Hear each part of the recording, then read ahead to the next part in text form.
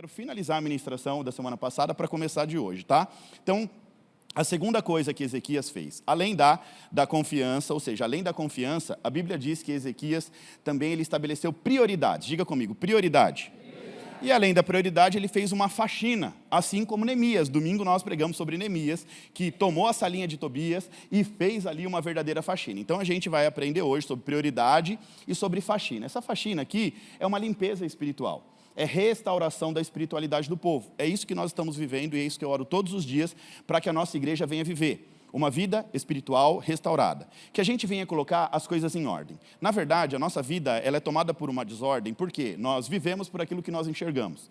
Então nós enxergamos o que é físico, o que é natural. Nós acordamos todos os dias de manhã, saímos para trabalhar, nos alimentamos, e muitos cristãos, muitos que aceitaram Jesus, que aceitam Jesus, hoje os evangélicos já tomaram a grande proporção no Brasil, né? Já é maioria, né? Já é maioria. Eu estava até vendo um estudo esses dias, que a cada 10, 6 já são evangélicos, então assim, o número subiu muito, mas cadê a transformação disso? Cadê o resultado disso? Ou seja, nós servimos a um Deus poderoso, a um Deus que é o Criador de todas as coisas, e nós não vemos assim, os cristãos vivendo uma vida que reflete ao Deus que eles servem. Então nós precisamos, em nome de Jesus, aprender a valorizar, a priorizar, na verdade colocar a casa em ordem. Então quando um rei, como Ezequias, ele vem e ele tem como base a restauração da espiritualidade do povo, ele está dizendo, eu preciso colocar a casa em ordem. A casa está em desordem, e eu preciso colocar a casa em ordem. E não adianta a gente querer colocar a casa em ordem se a gente inverter as prioridades. Então Ezequias, ele foi um homem que aprendeu a priorizar. A prioridade dele foi as coisas do Senhor. A primeira coisa que ele faz como rei, a primeira coisa que ele faz, além da confiança inabalável dele, a confiança surge um pouco mais adiante. Eu não estou seguindo aqui uma ordem cronológica. A confiança vem depois de uma batalha. Mesmo sendo um homem extremamente fiel ao Senhor, ele vai ali ter que entrar numa batalha. Mas, antes de tudo, ele decide priorizar as coisas de Deus. Então, a primeira coisa que ele faz como rei é priorizar. A Bíblia diz que Ezequias, logo no seu primeiro ano, o seu primeiro ato como rei, foi priorizar a restauração do templo. Ele percebe que o templo de Jerusalém está ali em ruínas, e ele vai reformar, ele vai arrumar, ele vai trazer de volta os sacerdotes, ele vai trazer os levitas. E era assim, gente, o povo de tempo em tempo abandonava a fé. O povo de tempo em tempo parava de servir a Deus. O povo de tempo em tempo se esfriava. E aí começava a adorar outros deuses, começava a fazer outras coisas. E aí vem um rei bom e reagrupa esse povo. Fala, gente, a gente está tomando um caminho errado. Ele vai ler o livro da lei e vai falar, se a gente continuar assim, a gente vai enfrentar um caos, a gente vai enfrentar um tempo de muita dificuldade, de muita luta. Então vem um rei consciente e toma as rédeas. E aí Ezequias, o que ele faz? Ele vai priorizar o templo do Senhor. Por quê? Porque se ele prioriza o templo do Senhor, automaticamente ele já está começando a promover uma restauração espiritual na vida do povo. Porque justamente no templo, onde as pessoas vão para aprender sobre a palavra, para louvar a Deus, para ter contato com Deus. Então primeiro ele vai reformar o templo e vai chamar o povo para a cerimônia da Páscoa. Ele vai organizar a casa para poder celebrar a Páscoa, assim como outros bons reis, tá? Isso vai mostrar já, logo de cara, que o destino de um reinado e o destino de um povo já é definido nas primeiras atitudes de um rei. Ou seja, são as nossas atitudes iniciais que vão definir se a nossa vida vai ser um sucesso ou um fracasso. Eu sempre costumo dizer que aquilo que a gente está plantando hoje é o que a gente vai colher amanhã, ok? Essa é a lei da semeadura. O que eu planto, eu colho. Então, é importante eu começar a entender as sementes que eu ando plantando na minha vida. Então, eu primeiro vou olhar para a minha vida, eu vou definir uma base, uma estrutura, entender qual é o meu alicerce, e aqui nós temos como base alicerce Jesus. A palavra de Deus é a nossa direção e nós caminhamos por ela. Então, se você quer viver uma vida priorizando a Deus, né, você precisa olhar para o entorno da sua vida. Não deixar com que as coisas do natural venham sufocar a sua vida, sufocar a sua vida espiritual. A sua vida espiritual tem que ser uma prioridade para você. Se você quiser ter sucesso em qualquer área da sua vida, a sua vida espiritual deve ser a sua maior prioridade. Ou seja, precisa ter tempo de oração, precisa ter tempo de leitura da palavra, precisa ter tempo de comunhão, precisa servir a Deus. É muito importante você estabelecer essa prioridade, tá? Se Deus for o primeiro na sua vida, eu sempre digo que você não vai precisar se preocupar com o que vem na sequência. Quando você coloca Deus em primeiro lugar, Deus coloca as demais coisas no seu devido lugar. A Bíblia não diz, Mateus 6,33, priorize, pois, em primeiro lugar o reino de Deus e a sua justiça, e todas as outras coisas lhe serão acrescentadas. A questão é que, por falta de entendimento ou por ignorância espiritual, muitos cristãos estão colocando em primeiro lugar todas as outras coisas e deixando o reino de Deus, a prioridade espiritual, lá no último lugar. E é por isso que as coisas não são acrescentadas, é por isso que é muito mais difícil você conquistar. Deus está dizendo que vai acrescentar se você priorizar. Então, é uma tarefa fácil, porém difícil. Fácil se você tiver entendimento da palavra. Agora, difícil porque a grande questão é que a nossa natureza carnal não quer deixar a gente experimentar uma vida espiritual. Porque a nossa natureza, ela luta contra si. A minha natureza carnal, natural, luta contra a minha natureza espiritual. Eu sempre digo isso e é importante você entender, essa é a nossa batalha. Essa é a nossa principal batalha. Antes da batalha entre nós e demônios do inferno, que a Bíblia diz que o inimigo está ao derredor buscando a quem possa tragar, existe uma batalha que é você contra você mesmo. E se você não vencer essa primeira batalha, você nunca vai vencer a segunda, que é contra o inimigo. Então você primeiro tem que estar apto para vencer a batalha contra a tua carne.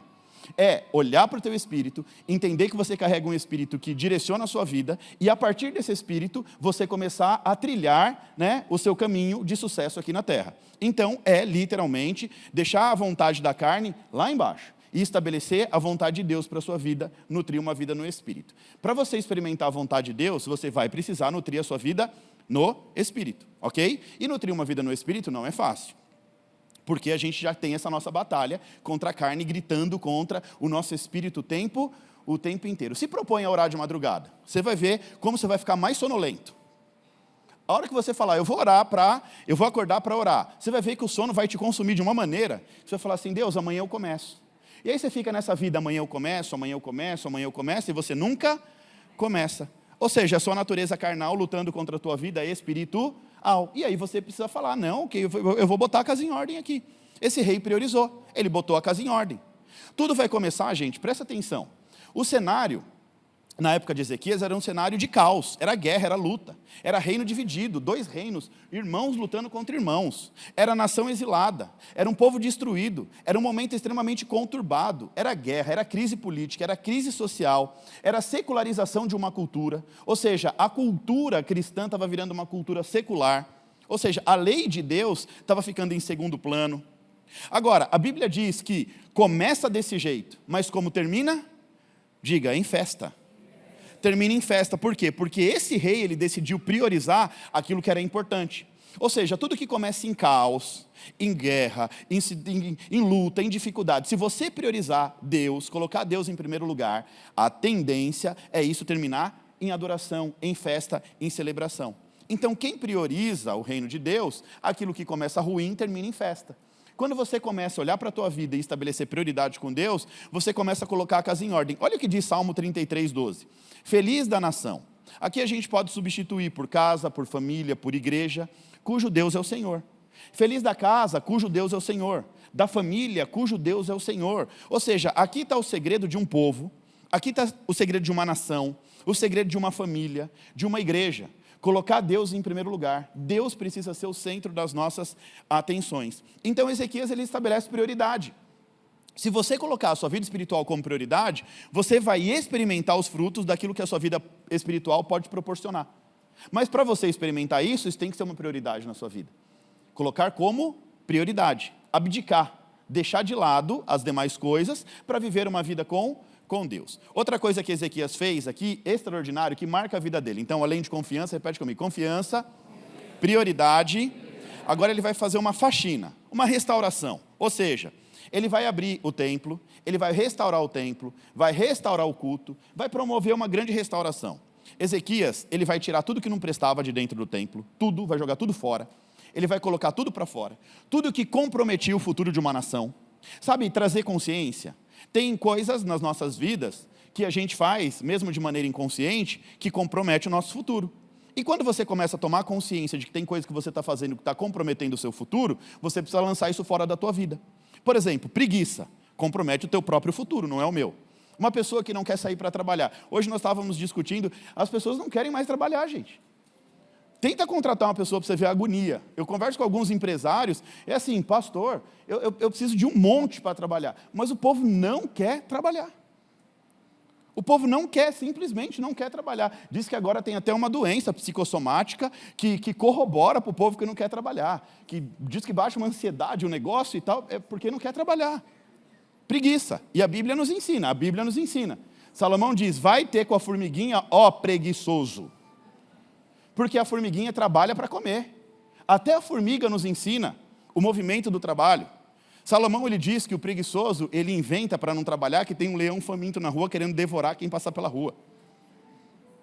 Para que a pessoa não saia para trabalhar, para produzir. E se você produzir, não produzir, gente, não vai ter sucesso, não tem jeito. Eu quero ser empresário, eu quero... Tem muita gente que fala assim para mim, pastor, você é o meu espelho, eu quero ser igual ao Senhor. Aí eu começo a contar um pouquinho da minha vida, aí você fez... Não, eu não quero mais não. Porque acha que é fórmula mágica, que do nada acontece. Plim, sabe aquela varinha de condão? Faz assim, como é que é lá? Plim, plim, piririm, pim, pim. Sei lá se é isso. E aí acontece, a vida, o passe de mágica, aconteceu.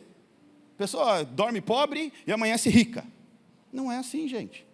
Precisa fazer as coisas, precisa produzir. O pessoal que trabalha comigo sabe o quanto as coisas precisam acontecer. Não tem tempo da gente ficar esperando. E olha que estou numa fase que eu poderia parar, desacelerar um pouquinho.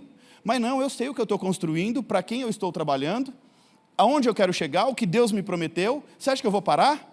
Vou nada, é colocar mais força, trabalhar mais, acordar mais cedo, produzir mais, fazer as coisas acontecer, porque eu já perdi muito tempo lá atrás, deixando de produzir para que eu pudesse viver o extraordinário. Agora eu aprendi, não vou dizer uma fórmula, mas eu aprendi como que faz as coisas para que a gente tenha resultado. Você acha que eu vou parar agora?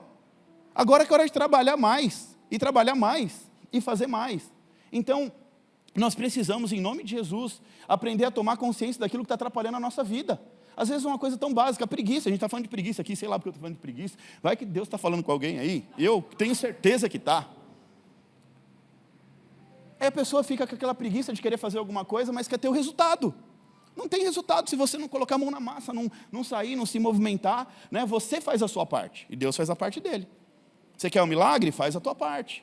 Oração, orar e agir. Eu oro e coloco a mão na massa. Vou fazer alguma coisa. Então aqui a gente vê Ezequias com o desejo de transformar uma geração. O que ele faz? Ele vai promover uma reforma.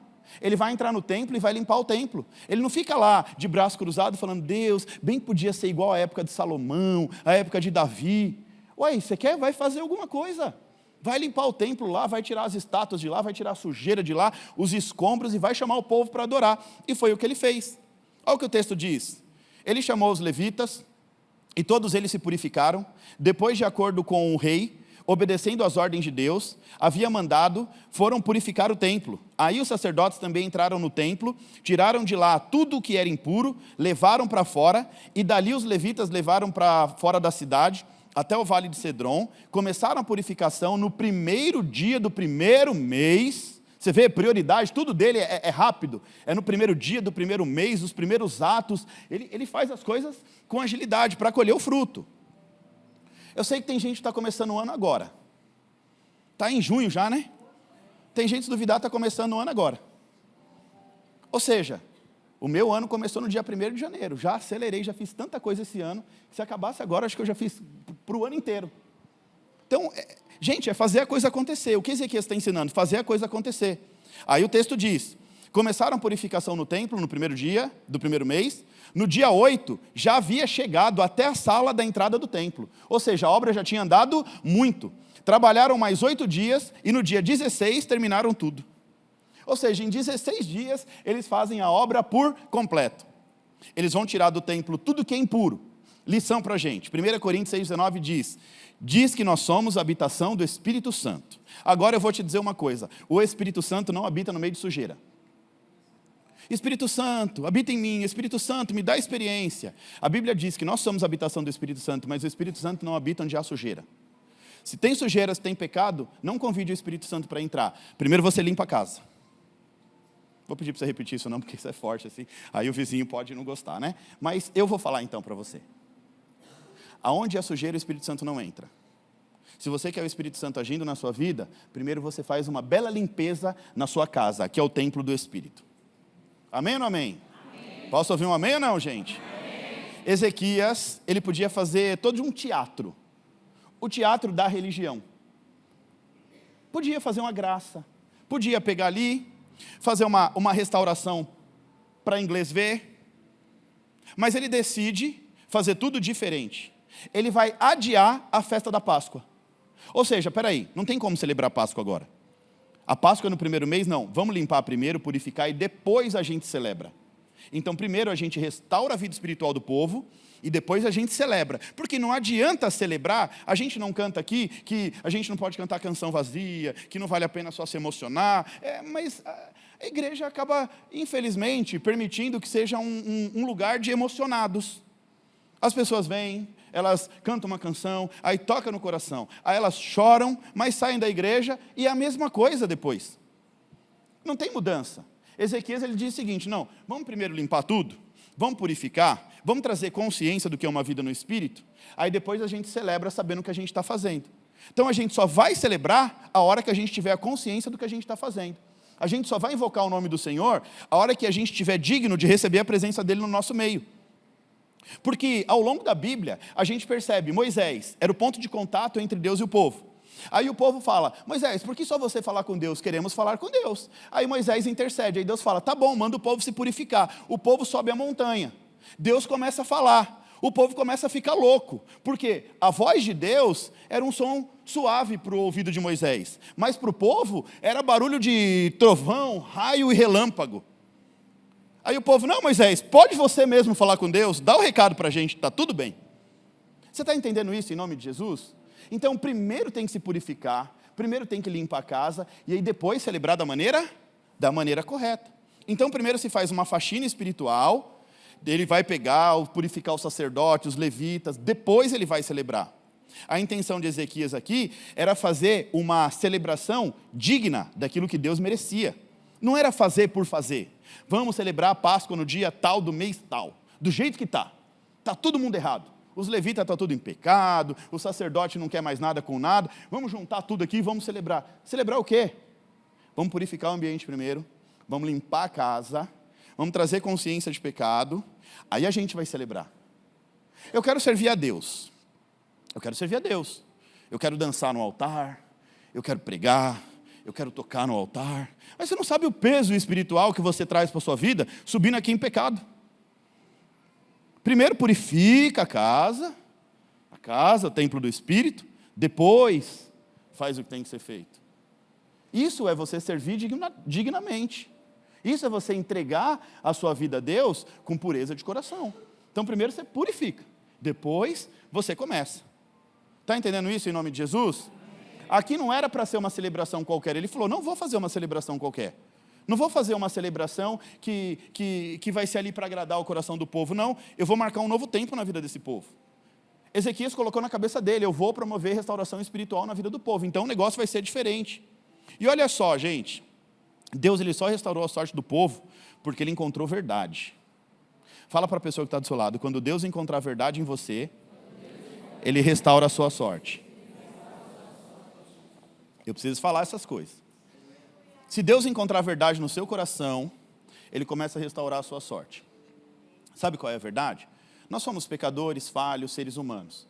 Entrega nas mãos do Senhor as suas falhas, as suas debilidades, mas que seja de verdade, que não seja aquela coisa assim, Deus, então, eu não vou mais fazer isso, até Deus te abençoar. Deus, Ele sonda o mais profundo do nosso coração. Ele sabe as nossas intenções mais íntimas, as intenções mais íntimas. Então, se Deus não encontrar verdade, não tem restauração.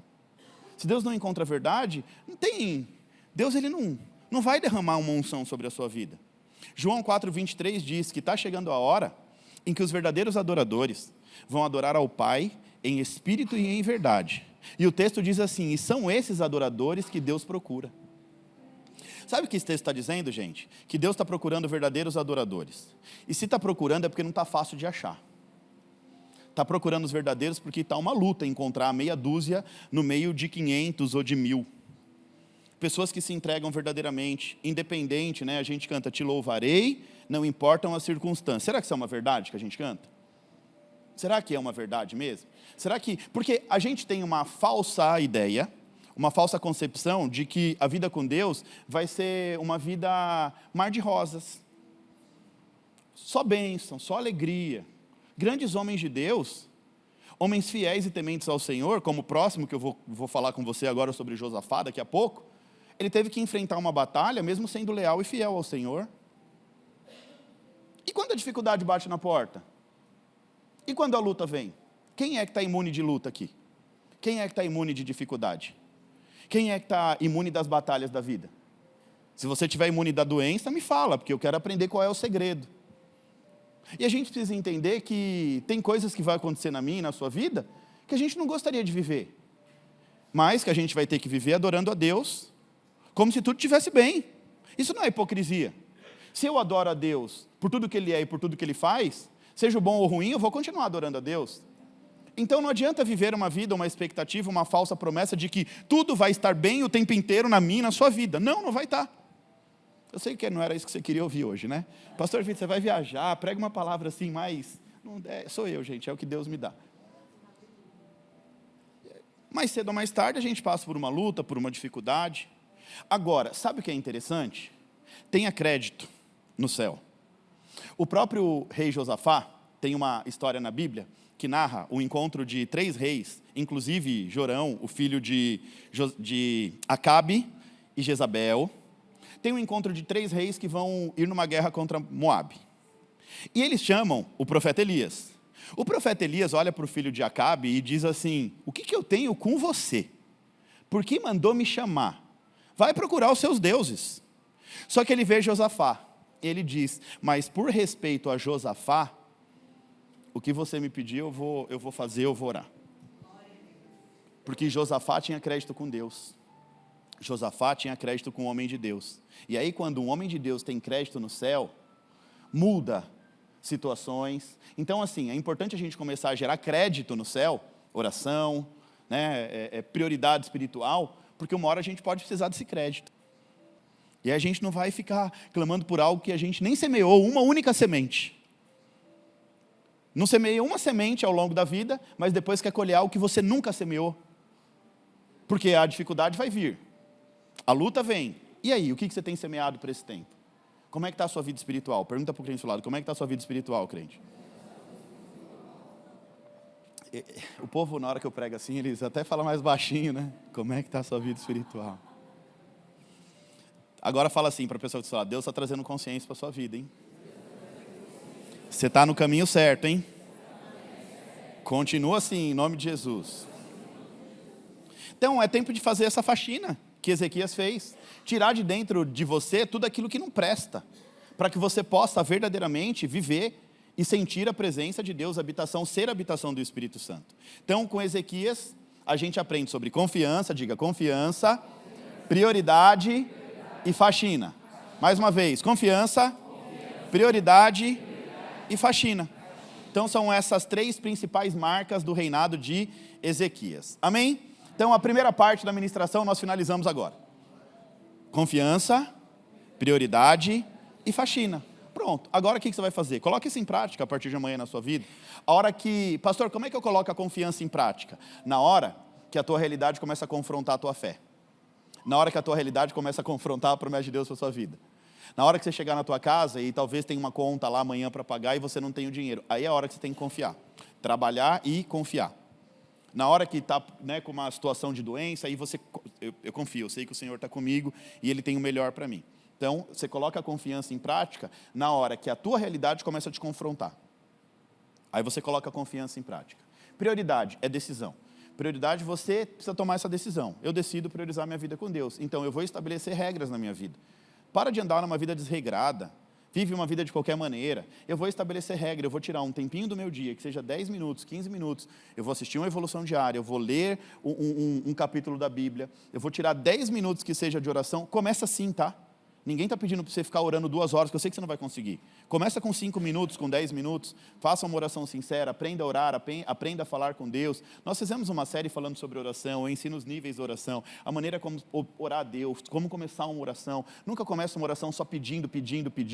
Primeiro crie um ambiente com o Senhor, um ambiente de relacionamento. Comece adorando ao nome do Senhor, engrandecendo o nome do Senhor. E aí você vai, né, discorrendo a sua oração com Deus, tá? E a terceira coisa que a gente aprende aqui é fazer essa limpeza. E faz tempo que Deus está batendo forte nessa tecla, né? de consciência, de limpeza, de purificação, né? Então eu creio que Deus está querendo fazer algo grande na tua vida, mas esse algo grande só vai acontecer quando você tiver a consciência de fazer a tua parte. Tá? Então quem limpa a casa para Deus entrar é você. Fala para o crente do seu lado, quem limpa a casa para Deus entrar é você. Amém? Vamos falar sobre Josafá para ver se melhora o clima aqui agora. Sei não, hein? Segundo rei, então, da série Vida de Rei é Josafá. Diga, Josafá. Josafá vai nos ensinar. Primeiro, isso aqui eu amo, gente, a gerar a nossa vitória no mundo espiritual. Josafá, ele vai nos ensinar, literalmente, a gerar no mundo espiritual para se materializar e acontecer no físico. Isso aqui eu amo. Eu preguei sobre Josafá, se eu não me engano, na conferência de cura. Na conferência de cura eu falei que a tua cura, primeiro ela acontece no mundo espiritual, depois se materializa no mundo físico. Na terça-feira a pastora Vanessa estava sendo internada e passou uma semana no hospital. Mas aí eu estava tranquilo. Por mais que a minha esposa estava internada, o tempo inteiro eu estava me mantendo em oração em casa. E eu disse para ela, eu falei, olha, eu tenho uma convicção, eu tenho uma certeza. Eu preguei no domingo sobre cura. E Deus já te alcançou com cura. Porque já tinha 1 ano mais ou menos que ela sentia uma cólica, uma dor no abdômen, uma cãibra. Tomava um remedinho, a dor passava. Tomava um remedinho, a dor passava. E com isso não foi buscar ajuda médica para entender se tinha alguma coisa mais grave. Quando a gente descobriu, ela já estava entrando ali numa infecção generalizada, não foi isso? Já tinha afetado rim, já estava afetando sangue. Aí a médica botou um pânico na gente, falou, ó, essa infecção ela não é grave, ela é gravíssima. Corre para tratar isso, porque isso pode dar muito ruim. Aí eu cheguei em casa e fui estudar, para entender sobre aquilo. E eu vi que a infecção poderia levar ao óbito. Ela, está tudo bem? Eu falei, está tudo bem, vamos orar e amanhã nós vamos para o hospital. E eu não deixei com que o medo, a ansiedade tomasse conta do meu coração. Levei ela para lá e fiquei o tempo inteiro lutando. E eu vou abrir o meu coração para vocês. Se tem algo que Deus sempre faz comigo, é me deixar sentir o mundo espiritual. Cheiro, percepções, visões. Na quarta-feira que a pastora Vanessa estava internada, isso é coisa que eu não falo muito, porque isso é coisa particular, mas hoje eu vou falar porque faz parte da ministração. Então olha só, presta atenção. A nossa bênção é gerada primeiro no mundo espiritual. Eu estava aqui, e enquanto nós estávamos aqui, Deus me mostrou uma lápide. E na mesma hora eu senti o cheiro de flor. Aí na hora que eu olhei aquilo, e olha que interessante, eu tinha mandado, na mesma hora, uma mensagem no grupo, só para você entender a realidade, a proporção da coisa. Eu mandei, Jamile, por acaso, lá no cemitério dos meus pais, já chegou a lápide que eu mandei fazer? Já, pastor, já faz tempo. E eu falei, por que eu estou pensando em lápide aqui agora? E na mesma hora eu senti um cheiro. Aí eu falei, entendi, aonde eu tenho que guerrear pela vida da minha esposa.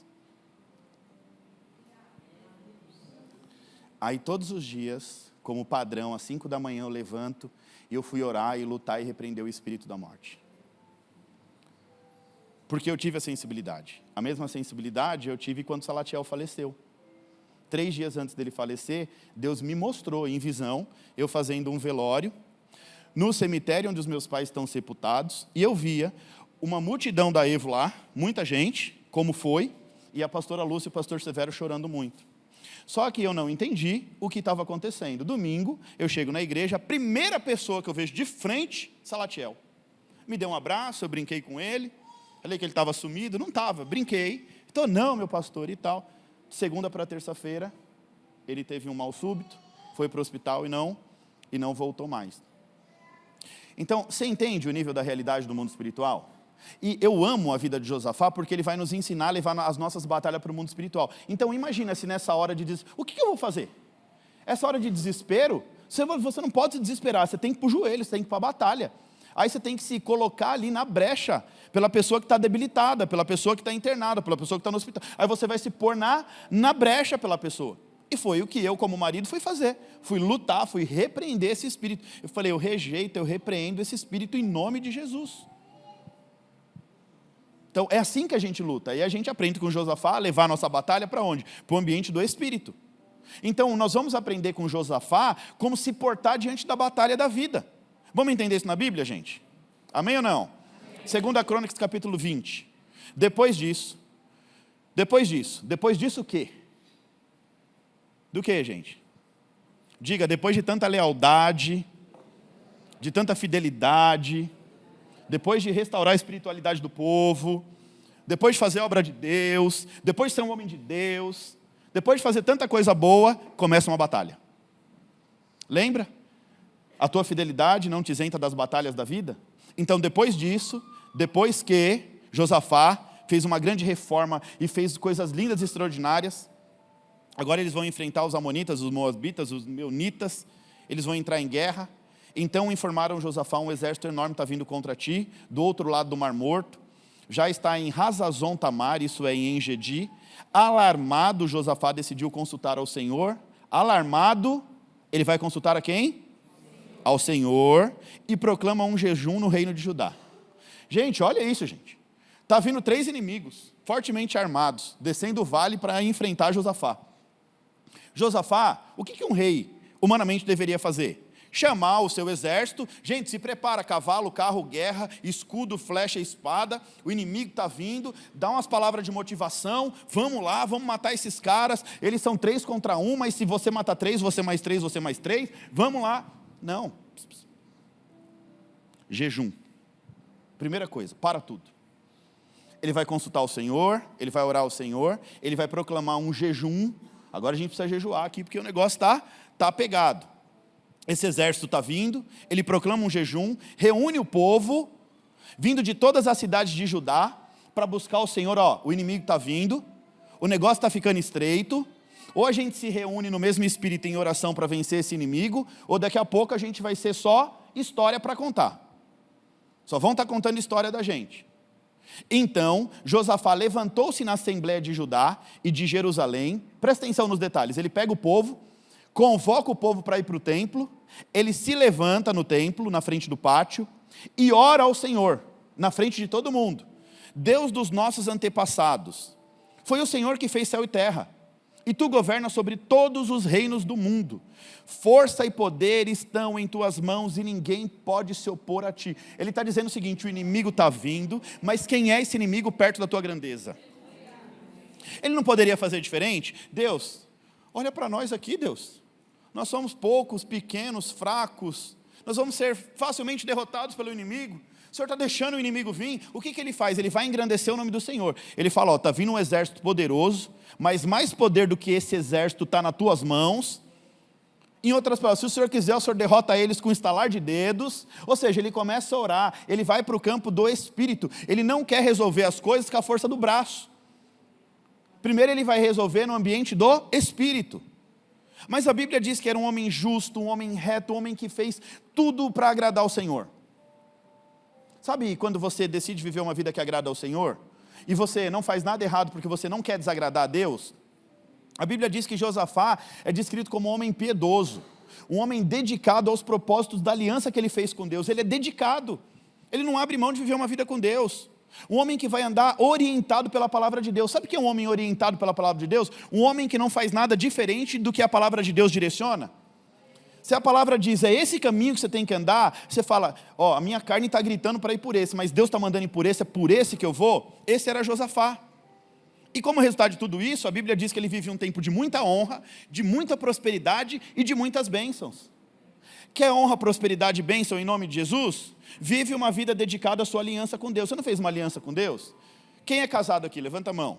Quem é casado tem uma aliança com a sua esposa, sim ou não? A aliança no dedo aqui é só um sinal, ok? É um sinal no físico. Mas antes dessa aliança no dedo, a gente tem uma aliança no coração. E essa aliança no coração diz para a gente amar e respeitar, na alegria ou na tristeza. Não é só para amar e respeitar no dia da alegria, no dia que estiver triste também.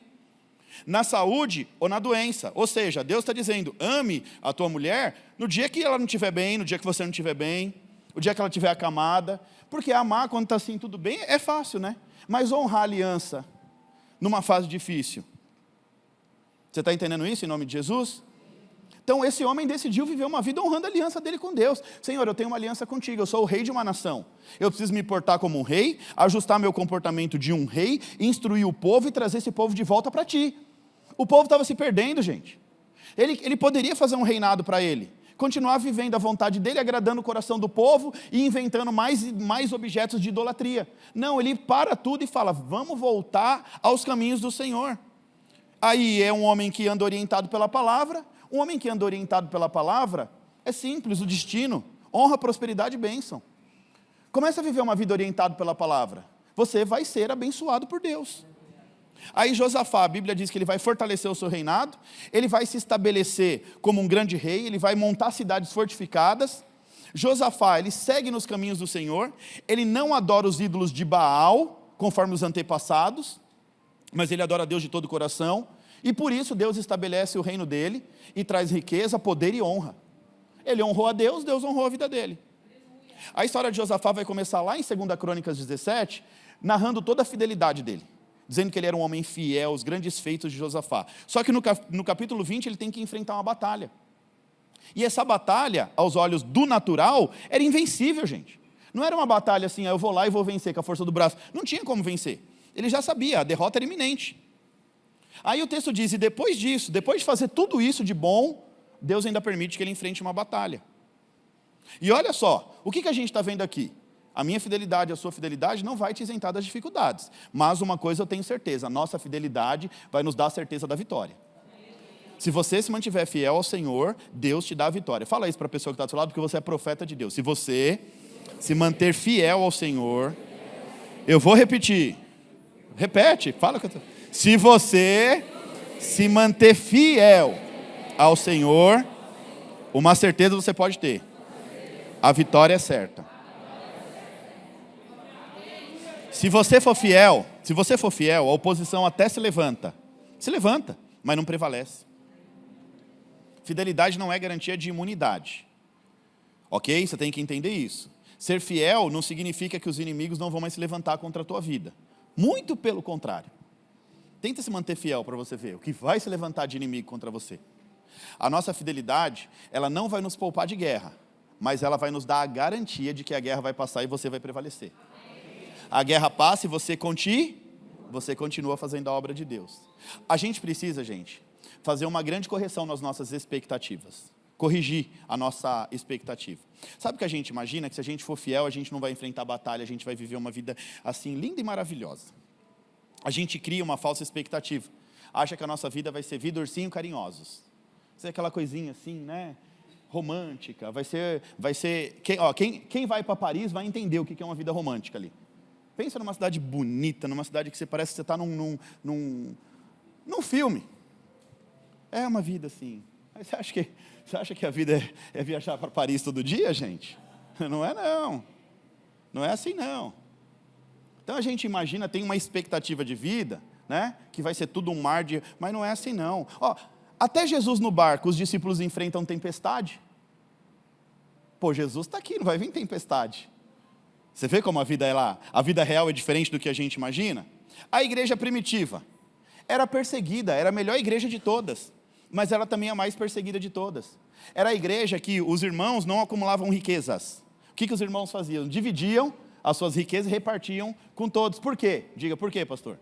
Você já deveria saber essa resposta, né? Por quê? Eu pergunto para você. Quem sabe me responder? Eu vou ter que repregar todas as minhas ministrações umas 48 vezes em nome de Jesus. Qual era a expectativa da igreja primitiva? Diga, volta do Messias prometido, Jesus, aleluia. Quantos mil anos atrás? Que ano a gente está? Isso aí você sabe, né? Em nome de Jesus. Que ano nós estamos na história? 2025. Então a gente está falando de mais de 2000 anos atrás. Eles viviam na expectativa da volta de Jesus. E nós? É? Sério? Verdade? Você anseia por isso?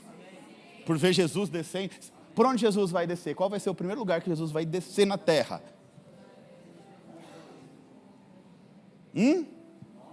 No Brasil, aqui na Evo, gente, aleluia. Aqui no altar da Evo, aqui, ó. Tá. Pastor Vitor vai primeiro com ele. Eita glória. Brincadeiras à parte, diga Monte das Oliveiras. Aonde ele ascendeu aos céus? Monte das Oliveiras. De onde ele vai voltar? Monte das Oliveiras. Curiosidade, quem vai a Israel com a gente? Jerusalém é um cemitério gigante, gente. Do lado dos Montes das Oliveiras tem um monte de cemitério, jazigo, é jazigo que fala, né? Tumba, essas coisas todas. E é o lugar mais caro do mundo para você ter um sepultamento. Por quê? Qual é a ideia? Jesus desce ali primeiro, os mortos ali primeiro vai ressuscitar primeiro. Entendeu? Vão ser as prioridades ali, vão ir primeiro. Quem sabe um dia a gente está lá em Jerusalém, Jesus, eita glória de Deus. Aí os irmãos falam, não, aí eu deixei meu parente em casa. Irmão, ele volta lá, ele vem também aqui também, né? Vai demorar uma fraçãozinha de tempo, mas vai vir no Brasil também, em nome de Jesus. Amém ou não amém? Amém. Glória a Deus, amém. Então a igreja primitiva foi a melhor de todas, por quê? Porque ela ansiava a volta de Cristo. É claro, gente, também vamos levar em consideração, eles viram o Messias, né? Muitos que estavam ali viram com seus olhos Jesus. Aí Jesus sobe, e ele diz, ei, daqui a pouco eu volto. Só que a questão é que o tempo de Deus e o nosso é diferente. O tempo de Deus é bem diferente do nosso. O nosso temos uma contagem, um calendário. O de Deus é totalmente diferente. Deus, ele é capaz de ver a sua vida. Ó, é que nós somos limitados, mas Deus vê a nossa vida. Passado, presente e futuro. Se Deus quiser te ver daqui a uns 30 anos, Ele olha e enxerga. A gente não tem essa capacidade. Porque Deus vê a nossa vida do dia que a gente nasceu até o dia que a gente vai morrer. Deus sabe de tudo. Porque Ele já escreveu a tua vida num livro. Chamado livro da... Onde está isso, gente? Apocalipse. Aí você está escrevendo o livro das obras. De quem? Diga, da tua própria obra. E se o livro da vida e o livro da obra não for compatível, vai dar ruim para você. Entendeu? Aí você não vai reinar com Jesus.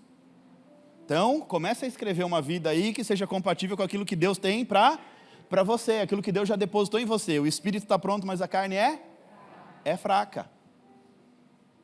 Então, olha como a coisa ela vai se complementando. Então, era uma igreja que vivia na expectativa da volta do Messias. Eles queriam, não, ele vai voltar. O Consolador, o Espírito Santo, eles recebem a porção do Espírito Santo, começa um grande avivamento. Nós vamos lá na casa, eu estou falando isso aqui para você ficar com vontade na próxima. Nós vamos na casa de Pentecostes.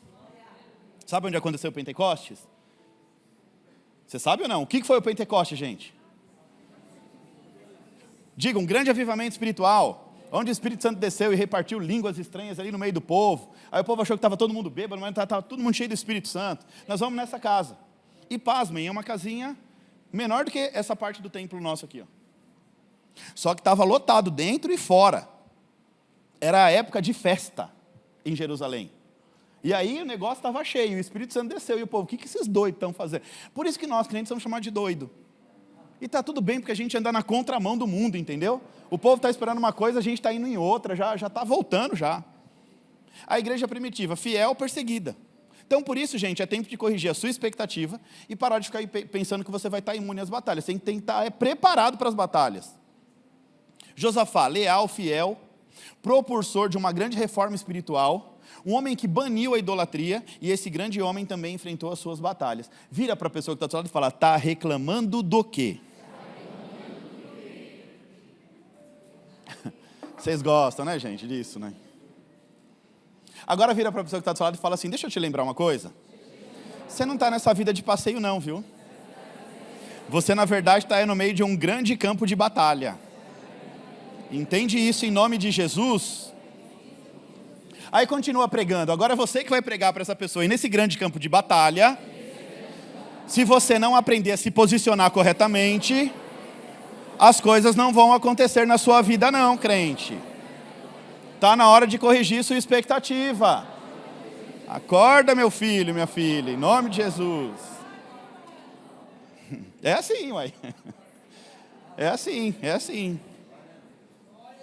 A minha fidelidade não me isenta de batalha, mas ela me dá a certeza que a vitória já foi definida. Então o que a gente precisa aprender a se portar diante das batalhas da vida? Gente, isso aqui é didático, hein? A hora que a gente vai passando uma luta, uma batalha, casamento, está lá lutando com a esposa, está achando que a tua luta... a tua luta não é contra a carne nem contra a sangue. Ou seja, a tua luta não é contra a tua esposa nem contra o teu marido. Olha, tenha carinho, converse, resolva o seu problema e vai orar. Se a esposa não está do jeito que você sonhou, ora, que melhora. Melhora, gente, melhora. Estou falando para você que melhora. Ora para você ver se não melhora. Vai orar. Fala, Deus, em nome de Jesus, se continuar assim não vai dar muito bom. Me ajuda. Aí você ora por você primeiro, você fala, melhora o que tem que melhorar em mim. Mas também tem algumas coisas que eu enxergo nela que precisava melhorar. Mas é você e Deus, não fala para ela ouvir, não. Aí fala você e Deus, entendeu? Aí fala, Deus, melhora, às vezes o comportamento, às vezes quando bate de frente. Aí você fica reclamando, a gente briga porque você bate de frente comigo. Aí você entrega para Deus essa batalha. Fala, Deus, então, sabe que eu me sinto afrontado, ela bate de frente, aí eu falo mais alto, aí a briga começa. Aí você ora. A mulher é a mesma coisa. Gente, em nome de Jesus, é na oração que você vai gerar o marido que você quer ter. Às vezes você já é casada, tudo, mas seu marido ainda não é aquele... Você fala, poxa, não é o que eu gostaria que fosse. Comece a orar para você ver se você não gera. Gente, a nossa oração tem um poder, gente, sobrenatural. A nossa oração tem o poder de gerar futuro nos nossos filhos, para as nossas vidas. Sabe, a oração, na verdade, é a gente começar a enxergar o futuro através de uma outra lente, através de outros olhos. Por que eu estou falando isso? Porque a primeira estratégia de guerra de Josafá foi oração. Diga, oração. Olha o que o texto diz, Josafá buscou o Senhor em oração. Ou seja, ele vai enfrentar uma batalha invencível no campo da oração. Ele vai para a oração. O negócio está difícil, parece que não vai vencer. Vai orar. Vai buscar o Senhor. Ou seja, você precisa entender que nós carregamos privilégios. Você é privilegiado. Fala um pouquinho do seu lado. Você é privilegiado. Se o seu plano A for oração, você nunca vai precisar de um plano B. Experimenta orar para você ver. Experimenta despertar para uma vida em oração para você ver o que acontece. Olha o que o texto diz. E Josafá orou ao Senhor Deus dos nossos antepassados. E ele diz assim, tu é Deus no céu e na terra. E já começa engrandecendo. Deus, só queria te lembrar que o Senhor é soberano, é poderoso.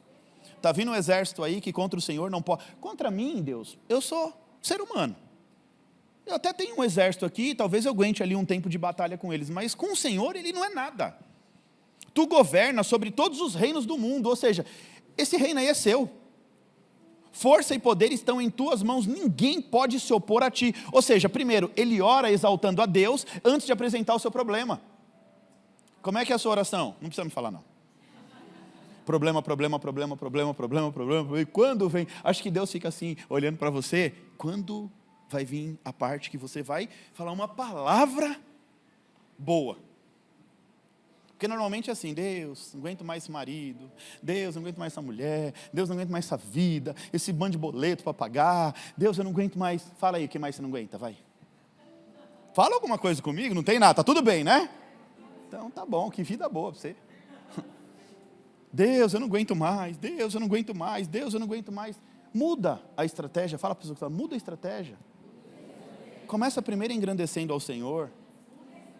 Até apresenta o seu problema para Deus, mas fala assim, Deus, o problema do Senhor não é nada. Mas primeiro, ora engrandecendo ao nome de Deus. Ele não vai começar dizendo assim, Deus, eu estou perdido, grandes inimigos estão vindo contra mim, vão me derrotar. Mas tem uns crentes que é assim, gente. Já estou ferrado, Deus, não aguento mais essa vida. Estou derrotado, vão me matar, vou morrer. Vai morrer e vai para o inferno.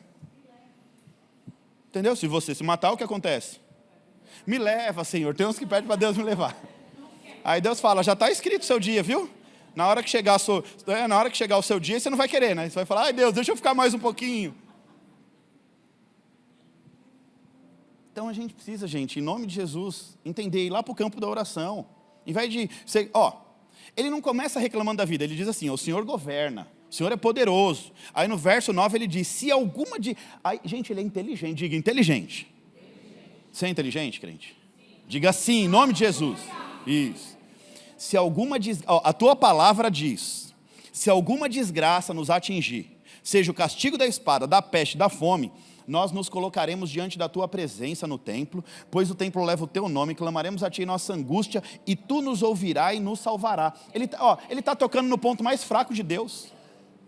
Ele está dizendo, a tua palavra diz, que se a gente se reunir e orar e buscar a tua presença, o Senhor vai clamar, o Senhor vai colocar a casa em ordem.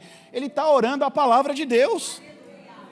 Ele exalta a grandeza, ele ora a promessa, ele vai lembrar Deus da aliança. Deus é Deus de aliança, sim ou não? Ele lembra Deus da aliança que Deus fez com o povo. Ele fala, o Senhor fez uma aliança, em outras palavras. O Senhor disse que se o inimigo vier contra nós, se a fome vier contra nós, se a espada, a peste, se qualquer uma dessas lutas vierem contra nós e nós nos reunirmos em oração, o Senhor vai nos livrar de tudo. Ele conhecia a palavra e estava orando a palavra. Enaltece a Deus, ele declara a promessa de Deus. Agora olha só, gente. Você tem alguém na sua casa lá que não está servindo a Deus? Para de reclamar, e Deus não aguenta. Mas não, gente. Josué 24:15. Eu e minha casa serviremos ao Senhor. Vai na porta do quarto, se o filho é meio rebelde, põe a mão na porta lá e começa a declarar. A hora que ele estiver dormindo, pega o óleo da unção, taca na cabeça dele, ora por ele. Não taca assim não, põe um pouquinho, mas, entendeu? Não gera revolta, porque é pior, né? Aí você vai revoltar e pronto. Ora, fala não, eu e minha casa serviremos ao Senhor, eu e minha casa serviremos ao Senhor, eu e minha casa serviremos ao Senhor. Declara essa palavra. O inimigo está tentando roubar alguém da sua família, eu e minha casa serviremos ao Senhor. Começa a sua oração declarando, eu e minha casa serviremos ao Senhor. Tem alguém enfermo? Como é que eu oro? Eu vou chorar porque a pessoa está enferma? Deus, a palavra de Deus diz em Isaías 53, pelas suas pisaduras nós fomos curados. Você entende que é uma mudança de mentalidade? Sabe a mulher do fluxo do sangue? A Bíblia diz que ela toca em Jesus. E o que Jesus diz? Que o toque dela foi diferente. Até arrepia, gente. O toque dela foi diferente. Diferente por quê? Diferente por quê? Por que o toque dela foi diferente? Aquela mulher sabia exatamente o que ela estava fazendo.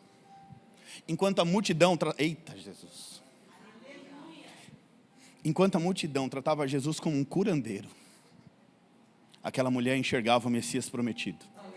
O Filho de Deus. Quando ela toca em Jesus, ela está dizendo assim, ó, ei, eu sei quem você é a cura.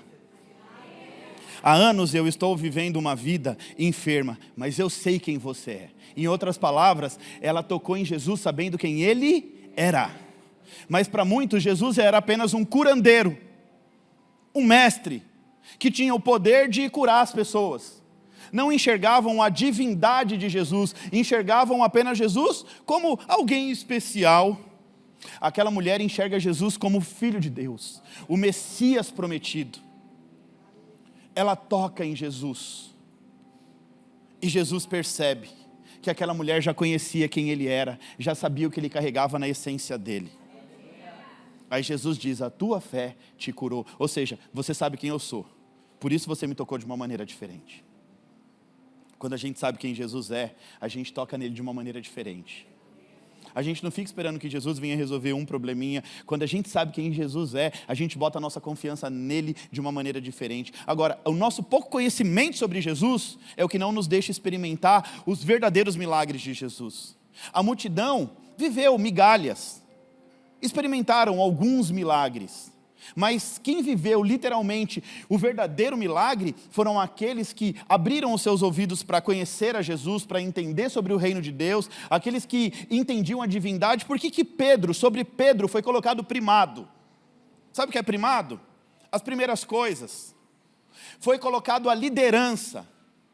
O que dizes que eu sou? E Pedro diz, tu és o Cristo, Filho do Deus vivo. Sobre ti, Pedro, será estabelecido. Sobre ti, Pedro, a pedra, Petros, será estabelecido a igreja.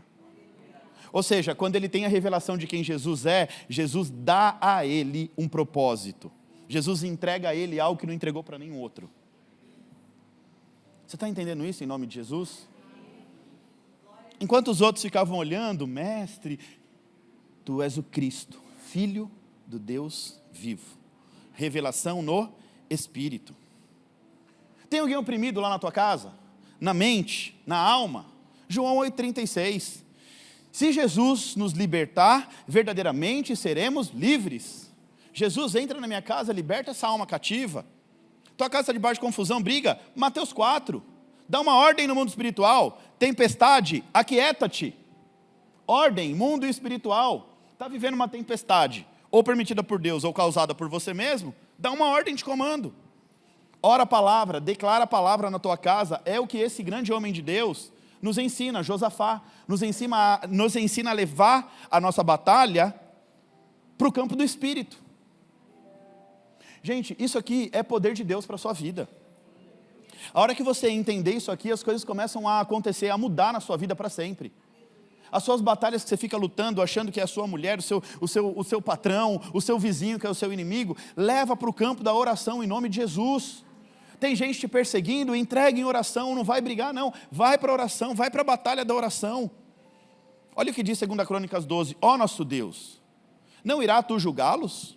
Nós não temos forças para enfrentar esse exército imenso que está nos atacando, nós não sabemos nem o que fazer, mas os nossos olhos se voltam para ti. Deus, a tua palavra diz que se eu me reunir em congregação e buscar a tua presença, o Senhor vai me livrar desse mal. Eu não consigo contra esse inimigo. Os nossos olhos agora estão no Senhor. Muda esse cenário. Ou seja, aqui sem saber o que fazer, o que Josafá faz, põe os olhos em Deus. Mas é uma oração com humildade, rasgando o coração diante de Deus. É uma oração sincera, que reconhece as suas limitações. Você tem orado com sinceridade ao Senhor? Reconhecendo quão limitado você é? Gente, tem dia que eu falo assim para Deus, Deus, se o Senhor tirar o pouquinho do que o Senhor derramou sobre a minha vida, eu não dou um passo para frente, porque eu não sei nada. Eu não sei absolutamente nada. Se Deus tirar o que Ele colocou, acabou. Pode ficar um bom empresário, que é o que eu aprendi da habilidade da terra. Mas como pastor, como pregador da palavra, como estudioso da palavra, se Deus tira a revelação, tira o Espírito Santo, acabou, filho. Acabou, pastor Vitor, acabou. Então por isso que eu reconheço todos os dias, eu olho sempre para trás, isso é sinal de humildade. Olha para a tua vida, vê de onde Deus tirou, o que Deus fez na tua vida. Para quando você estiver numa posição um pouquinho mais elevada, não ficar achando que você é o último biscoitinho do pacote, é assim que se diz, né? Como eu sou bom. Quando recebe um elogio, então, aí o ego vai lá nas nuvens. Então, baixa a bola em nome de Jesus, confia no Senhor, sabe, Deus está fazendo algo pela tua vida, agradece a Ele, reconhece que Ele está te dando, está dando passo para frente, sua vida está mudando, as coisas estão acontecendo, seu casamento, sua vida financeira, suas coisas estão fluindo, agradece a Deus, Senhor, obrigado, vem do Senhor, tudo que está vindo vem do Senhor, obrigado Senhor, o Senhor está colocando a minha casa em ordem, continua buscando e Deus vai colocando a tua casa em ordem em nome de Jesus. Então olha só, Deus promete que aquele que o buscar com um coração, com sinceridade, com humildade, ele vai ouvir dos céus. Olha o que diz em Crônicas, 2 Crônicas 7,14. Se o meu povo, quem é o povo de Deus? Que chama pelo meu nome, se humilhar e orar, e buscar a minha face, e se afastar dos seus maus caminhos, dos céus eu ouvirei, perdoarei o seu pecado e sararei a sua terra. É orar a grandeza de Deus, orar a promessa de Deus, orar com humildade, orar com confiança, reconhecer as nossas fraquezas. Quando você fizer tudo isso, Deus começa a operar a graça dele na sua vida. Orando a palavra de Deus, sempre colocando Deus ali, né? A gente entender a grandeza de Deus, entrar com humildade diante de Deus. A Bíblia não diz que a graça de Deus se aperfeiçoa na nossa fraqueza? É quando a gente acha que está fraco, é que aí nós somos fortes. Mas quando a gente acha que a gente está forte, aí na verdade a gente está vulnerável. É mais ou menos assim, quando eu digo eu posso, aí Deus diz, então vai filho. Se você pode, vai. Mas quando você diz eu não posso, Ele fala, então eu vou por você. Toda vez que a gente reconhece que, Deus, olha, se o Senhor não for comigo, não vai. Mas quando eu falo, eu vou, aí Deus, então vai lá. Livre-arbítrio, faz lá filhão, vai. Para fluir na graça de Deus, a gente precisa reconhecer o quanto nós somos fracos diante de Deus. Nos colocar na condição de necessitados. Essa é a grande verdade. Eu não posso, Senhor, mas Tu pode. Eu não posso, mas Tu pode. Humildade diante do Senhor. Essa é a primeira estratégia de Josafá para vencer as batalhas dele. É no nível da oração. Olha o quanto a gente aprende com a Bíblia. Você percebe o quanto a gente consegue aprender? A gente falou de Ezequias, de faxina, de prioridade, de confiança. Josafá nos ensina como guerrear as nossas batalhas. Para onde a gente tem que levar as nossas guerras. Como que a gente tem que conduzir as nossas batalhas. Mais 5 minutos? Amém? Quantos levantam a mão para 5 minutos? Eu vou contar, hein? Ó. Vamos lá, mais uns 10 minutinhos aqui em nome de Jesus. Tem muita coisa, gente.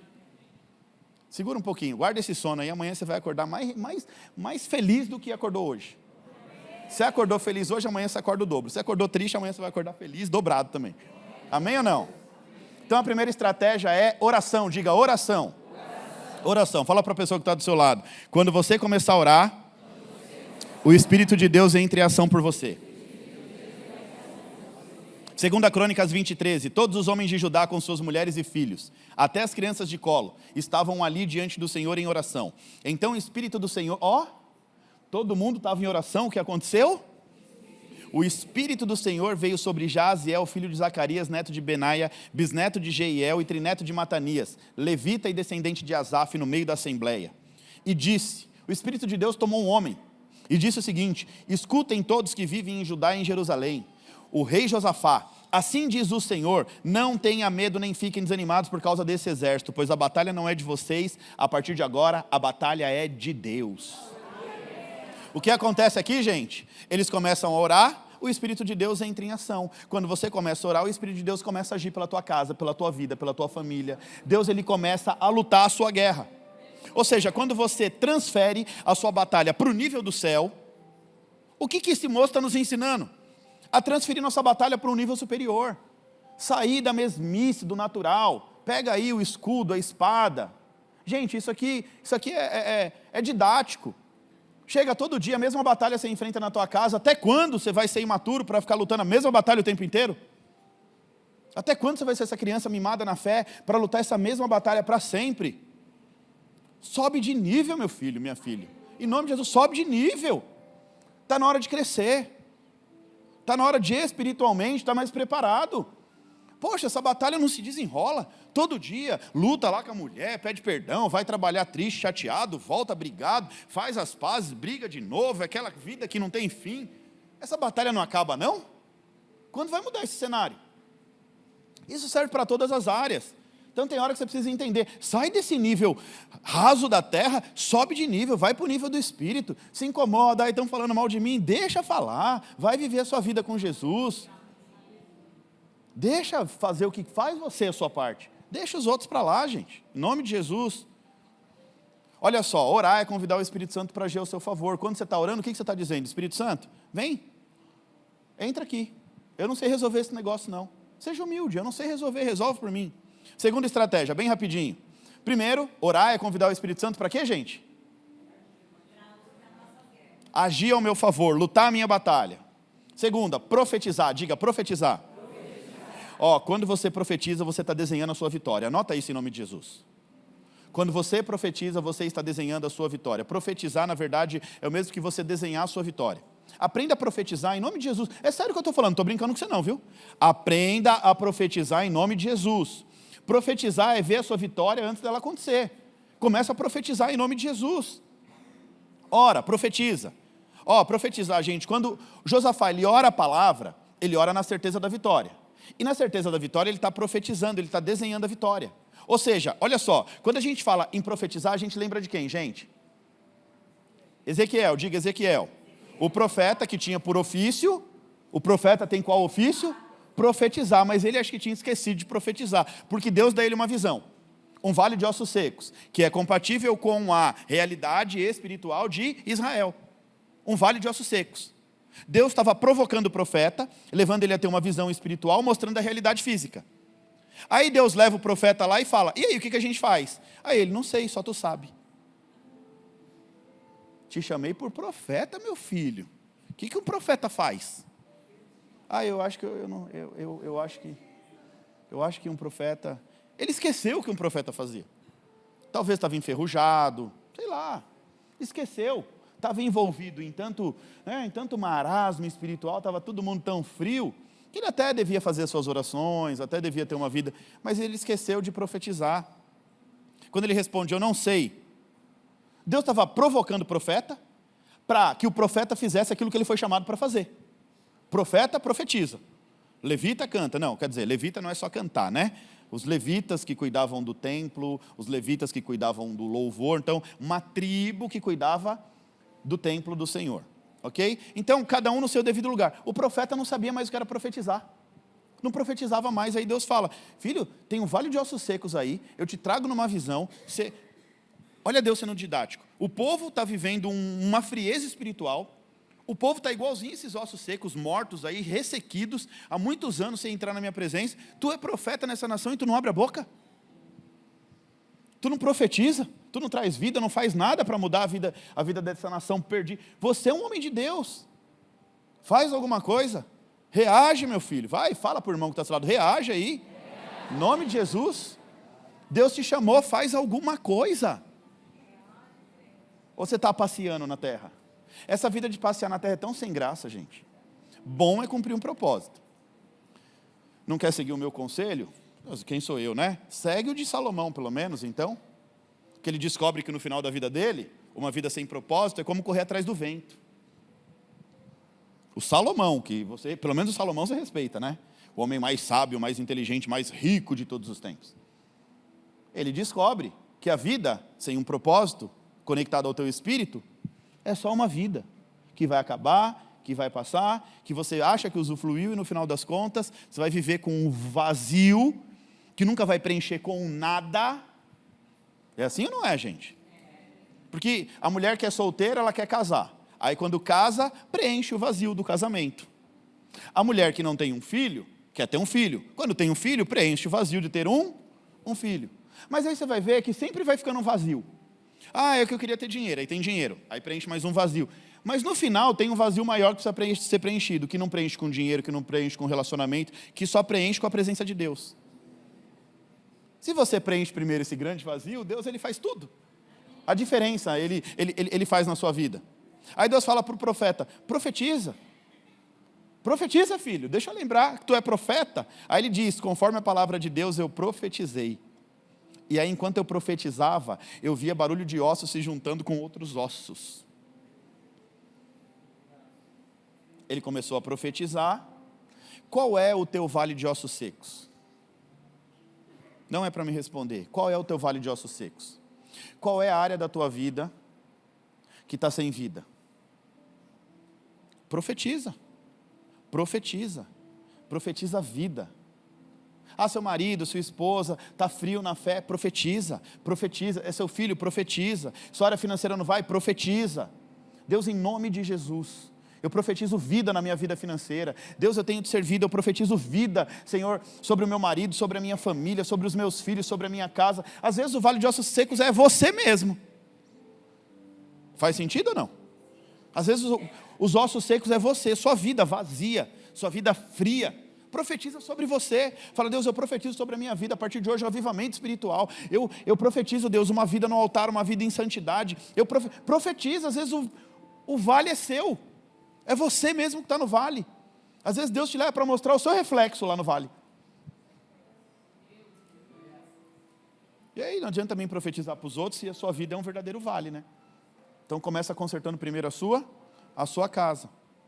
Vira para o crente do seu lado para a gente finalizar e fala, profetiza, desenha a sua vitória, abre a sua boca em nome de Jesus, vence essa frieza espiritual em nome de Jesus. Vamos para a última para acabar, gente? Ou para aqui? Então vamos, gente, vocês vão ficar com saudade, vamos ficar uns 15 dias sem me ver aqui, então vamos lá em nome de Jesus. O louvor já pode subir aqui, aí a gente já vai finalizando também, porque se deixar eu também não paro não. Eu sou meio discípulo de Paulo, assim. Eu não consigo ser desses aí de 30 minutinhos. O negócio tem que fluir, o Espírito Santo tem que falar ao nosso coração. É tão bom ensinar a palavra de Deus, é tão bom aprender a palavra de Deus, sim ou não, gente? A terceira estratégia dele é adoração. Adoração. Orar, profetizar e adorar. Orar. Adorar é você experimentar o espírito da vitória antes de vencer a batalha. Na adoração, Deus nos permite viver a sensação da vitória antes de experimentar literalmente a vitória. Eu disse para você que orar é convidar o Espírito Santo para agir ao seu favor, profetizar é desenhar a sua vitória e adorar é experimentar a vitória antes da batalha acontecer. Antes de você vencer, você já experimenta. Olha o que diz o verso 22. Deus ele vai dar uma estratégia a Josafá. Vai falar o seguinte, comecem a cantar, a entoar louvores. O Senhor, enquanto eles cantavam, preparou emboscada contra os homens de Amon, de Moabe, que estavam invadindo Judá, e todos eles foram derrotados. Os amonitas e os moabitas atacaram nos montes para destruí-los e aniquilá-los. Depois de massacrarem os homens de Seir, destruíram uns aos outros. Enquanto eles adoravam, Deus dava uma estratégia. Deus fez o inimigo se confundir e lutar um com o outro. Deus diz, adorem, que enquanto vocês adorarem, eu vou te dar vitória. Muitas vezes a gente diz aqui, enquanto você está adorando, entregando a sua vida a Deus, Deus está te dando vitória, você acha que isso sai da minha cabeça, né? Olha o que a Bíblia está ensinando aqui, ó. Enquanto eles estavam adorando ao Senhor no templo, adorando, cantando louvores ao Senhor, adorando, se enchendo da presença de Deus. Mas adorar, gente, adorar mesmo, né? Se libertar do que é natural aqui, porque o tempo inteiro você vai devagar, o tempo inteiro sua mente vai em qualquer outro lugar, vai sair daqui, e aí você tem que voltar. E aí você vai se concentrando, e vai voltando, é a luta, carne e espírito, a luta, carne e espírito. E aí você está ficando na presença de Deus, e aí você começa a adorar. Não aceite em nome de Jesus uma adoração vazia, uma adoração que você canta da boca para fora. Você precisa ansiar a presença de Deus e falar: Senhor, eu preciso sentir a tua presença. Como é que eu vou chegar na congregação, adorando ao Senhor, e ficar aqui vazio, olhando para o teto, olhando para o celular, desligado das coisas? Você precisa se esforçar para entrar na presença de Deus, para sentir a presença de Deus. A Bíblia está nos ensinando que enquanto o povo de Deus está adorando, Deus está guerreando a favor desse povo. Enquanto o povo de Deus está adorando, Deus está confundindo o inimigo. Deus está botando inimigo para lutar contra inimigo, para dar vitória ao povo de Deus. Olha o que o texto diz: quando os homens de Judá foram, depois que foram todos destruídos, Deus falou: agora vão lá fora ver o que eu fiz. Fala para quem está ao seu lado: enquanto você está adorando aqui dentro, Deus está trabalhando ao seu favor. Ó, esse mesmo Josafá, em determinado momento, ele vai estar com o filho de Acabe e Jezabel, vai estar com três reis juntos. E esses 3 reis, eles vão chamar Eliseu. E Eliseu vai levar eles para o meio do deserto. No meio do deserto, tem alguns vales. Hoje, em Israel, tem alguns lugares, alguns vales, que tem uma plaquinha de um homem se afogando. Como assim, pastor? A Bíblia diz: e eis que farei ermos no meio do deserto. Como assim, água no deserto? Da onde vem essa água?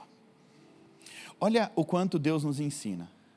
Esses homens estavam ali adorando a Deus porque eles iam enfrentar uma batalha. Eles iam enfrentar uma batalha, uma guerra. Mas no meio do caminho surge uma outra batalha. Falta de água. E aí eles vão clamar a Deus por água. Aí o profeta fala: quer água? Fala para o crente do seu lado: quer água? Adora. O profeta mandou cantar. Eu só pedindo água, você está mandando eu cantar? Adora. E aí Deus faz brotar água no meio do deserto. Mas como é isso, pastor? Brotar água no meio do deserto. Você está adorando aqui, Deus está usando a atmosfera que está sendo criada aqui e está trazendo da onde for o que é necessário para abençoar a tua vida. A chuva que acontecia lá em cima em Jerusalém não chegava no deserto, mas a água da chuva descia pelo deserto e enchia o ermo. Enquanto eles estão adorando, o ermo está brotando água. E aí os animais, os cavalos e os homens estão todos se saciando da água gerada na adoração. Enquanto você está adorando, Deus está vencendo a sua batalha. Enquanto você está adorando aqui, Deus está usando o que está acontecendo em qualquer lugar do mundo para trazer bênção para você, aqui nesse lugar. Esse povo não precisou lutar uma batalha no físico, ele precisou lutar uma batalha no espírito. A adoração deles fez eles experimentar uma vitória sem ter que lutar. Deus confunde o inimigo enquanto você está adorando. O inimigo fica possesso. Está tudo ruim na tua vida, está dando tudo errado, você está lá: te louvarei. Vamos cantar essa música? Te louvarei, não importam. E aí você está ali. Mas você está louvando quem, infeliz? Eu estou louvando porque meu Deus é bom. Eu estou louvando porque meu Deus merece louvor, adoração. O Deus merece o melhor da minha alma, do meu espírito. Enquanto a gente está adorando ao Senhor, Deus está confundindo o inimigo. Deus está trabalhando ao nosso favor. Deus está trazendo vitória em nome de Jesus. Você quer conhecer o Espírito da vitória, sim ou não? Sim ou não? Fala para quem do seu lado: quer conhecer o Espírito da vitória? Abre a tua boca e adora a Deus. Em nome de Jesus. Em nome de Jesus. Aí a Bíblia diz que depois de orar, profetizar e adorar, Olha o que aconteceu com o povo. Então Josafá e os seus soldados foram saquear os cadáveres e encontraram entre eles grande quantidade de equipamentos, de roupas e também objetos de valor. Passaram 3 dias saqueando, mas havia mais do que eles eram capazes de levar. No 4º dia eles se reuniram no vale de Beraca, o vale da morte. O vale aonde os inimigos achou que ia matar o povo de Deus. No vale de Beraca, onde eles louvaram ao Senhor. O vale da morte. Fala para o povo que está, fala para a pessoa que está do seu lado. Se você orar, adorar e profetizar, Deus ele vai te prover nos mínimos detalhes. Vai liberar grande prosperidade sobre a sua vida. E depois que Ele te abençoar, você continua adorando, adorando e adorando.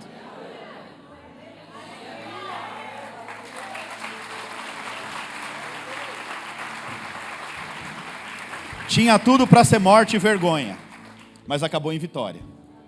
Ah não, profetiza isso para a pessoa que está do seu lado, fala assim, ó, tinha tudo para ser morte e vergonha, mas com Deus vai acabar em vitória em nome de Jesus.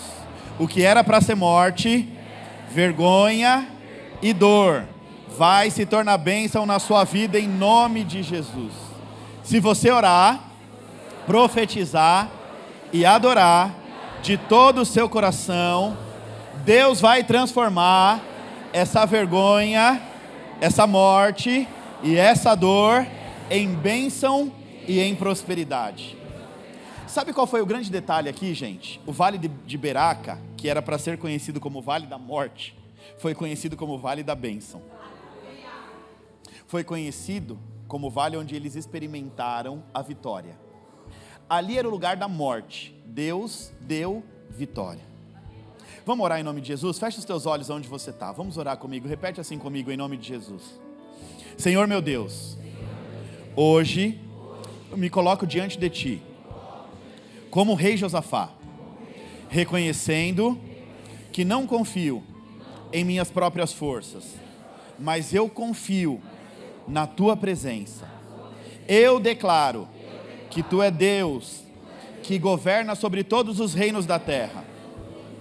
Força e poder estão em Tuas mãos, e ninguém e nada pode se opor ao Teu propósito.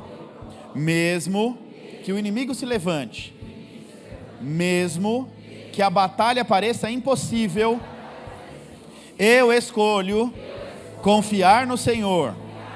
Os meus olhos estão em Ti e não nas minhas circunstâncias.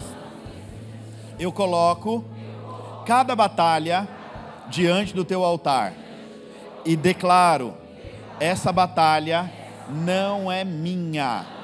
Eu oro com fé, eu profetizo com autoridade, eu Te adoro de todo o meu coração. Eu profetizo cura onde há doença, profetizo restauração aonde há destruição, profetizo salvação aonde há perdição, profetizo liberdade aonde há vícios, profetizo paz aonde há confusão, profetizo abundância no lugar da escassez. Eu declaro, Senhor, que no vale do inimigo, onde ele queria me ver derrotado e envergonhado, o Senhor vai me levantar com honra. O que era para ser vergonha vai ser um grande testemunho. O que era para ser o fim será um novo começo. Antes mesmo de eu ver a resposta, eu vou Te adorar. Antes mesmo da porta se abrir, eu vou Te exaltar. Antes do milagre acontecer, eu vou celebrar a vitória, porque eu sei, a vitória começa no Espírito, e logo, tão logo, ela se manifesta aqui na terra, e quando tudo passar, eu ainda estarei Te adorando, em nome de Jesus, amém.